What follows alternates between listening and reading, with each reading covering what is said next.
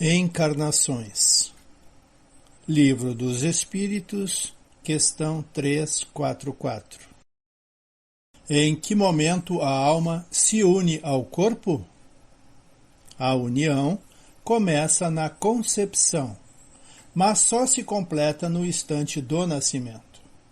No momento da concepção, o espírito designado para habitar determinado corpo se liga a ele por um laço fluídico e vai aumentando essa ligação cada vez mais, até o instante do nascimento. O grito que sai da criança anuncia que ela se encontra entre os vivos e servidores de Deus. 345. A união entre o espírito e o corpo é definitiva desde o momento da concepção? Durante esse primeiro período, o espírito poderia renunciar ao corpo designado? A união é definitiva no sentido que nenhum outro espírito poderá substituir o que está designado para aquele corpo. Mas, como os laços que os unem são muito frágeis, fáceis de se romper, podem ser rompidos pela vontade do espírito, se este recuar diante da prova que escolheu. Nesse caso, a criança não sobrevive. 346. O que acontece ao espírito se o corpo que escolheu morre antes de nascer? Ele escolhe outro. 346A. Qual é a razão dessas mortes prematuras? As imperfeições da matéria são a causa mais frequente dessas mortes. 347. Que utilidade pode ter para o espírito sua encarnação num corpo que morre poucos dias após o seu nascimento? O ser não tem a consciência inteiramente desenvolvida de sua existência, e a importância da morte é para ele quase nula. É muitas vezes uma prova para os pais. Adendo meu. Uma possibilidade, mas pode haver outros motivos. Vou citar um, tirado do livro Educação para a Morte, livro do Herculano Pires, capítulo 17.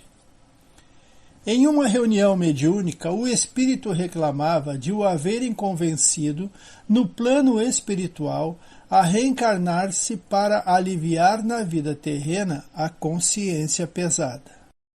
E explicava: aceitei a proposta, submeti-me a todos os preparativos, suportei pacientemente os pesados meses de uma gestação em que eu e minha nova mãe passamos momentos difíceis.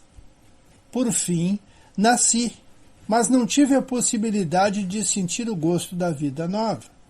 Morri e voltei imediatamente para o mundo espiritual. De que me serviu todo esse sacrifício? Quero que vocês me expliquem.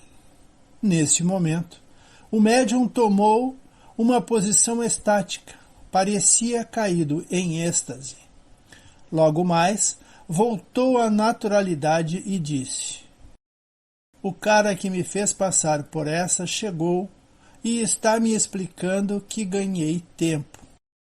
Passei por tudo isso para aliviar a minha consciência do remorso, do suicídio.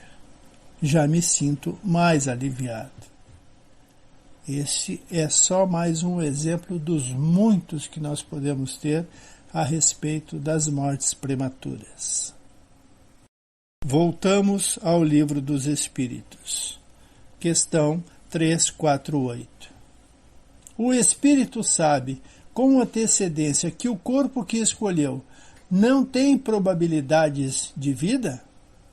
Algumas vezes sabe, mas se o escolher por esse motivo, é porque recua diante da prova. 349.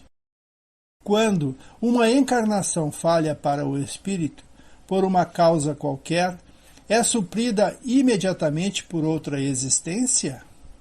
nem sempre imediatamente. É preciso ao espírito o tempo de escolher de novo, a menos que uma reencarnação imediata seja uma determinação anterior. 350. O espírito, uma vez unido ao corpo de uma criança, e quando já não pode mais voltar atrás, lamenta algumas vezes a escolha que fez? Quereis dizer se, como homem, lastima a vida que tem? Se gostaria de outra? Sim. Lamenta-se da escolha que fez? Não. Ele não sabe que a escolheu. O espírito, uma vez encarnado, não pode lamentar uma escolha de que não tem consciência, ou seja, em vigília não tem lembrança. Mas pode achar a carga muito pesada e considerá-la acima de suas forças. São geralmente esses os casos dos que recorrem ao suicídio. 351. No intervalo da concepção ao nascimento, o espírito desfruta de todas as suas faculdades? Mais ou menos, de acordo com a época, visto que ainda não está encarnado e sim vinculado. Desde o instante da concepção, o espírito começa a ser tomado de perturbação, anunciando-lhe que é chegado o momento de tomar uma nova existência. Essa perturbação vai crescendo até o nascimento. Nesse intervalo, seu estado é quase idêntico ao de um espírito encarnado durante o sono do corpo. À medida que a hora do nascimento se aproxima, suas ideias se apagam, assim como a lembrança do passado, do qual não terá mais consciência como pessoa, logo que entra na vida. Mas essa lembrança lhe volta pouco a pouco à memória, ao retornar ao seu estado de espírito. 352.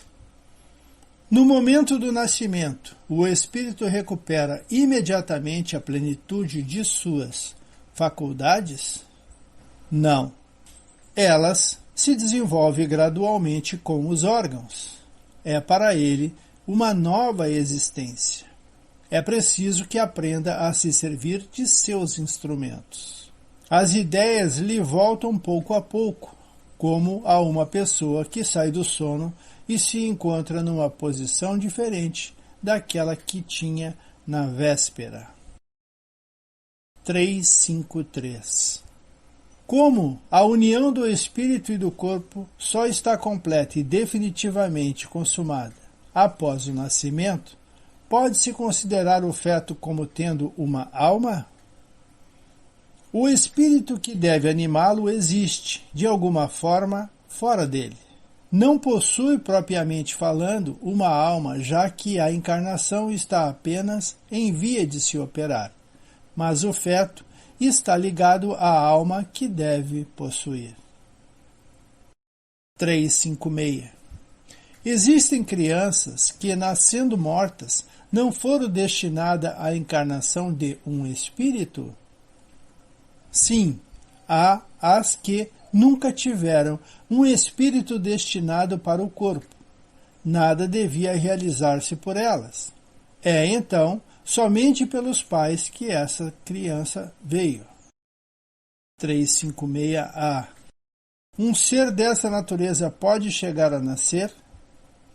Sim, algumas vezes. Porém, não vinga, não vive. 356B. Toda criança que sobrevive ao nascimento tem necessariamente um espírito encarnado nela. O que seria sem o espírito? Não seria um ser humano. Ficamos por aqui, agradecidos e pedindo sempre: Jesus esteja conosco.